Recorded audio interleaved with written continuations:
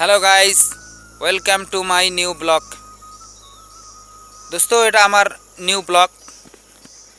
আর আমি এখন কাজে যাচ্ছি, তার জন্য ভাবছি এক ব্লগ বানাই। আমি এখানে গ্যাংটক থেকেই এক ব্লগ বানাচ্ছি। আপনারা আমায় সহযোগিতা করুন আর দেখুন, ভিউ দেখুন। ये भगवान क्या जुल्म है। এই দেখুন, ভিউ দেখুন।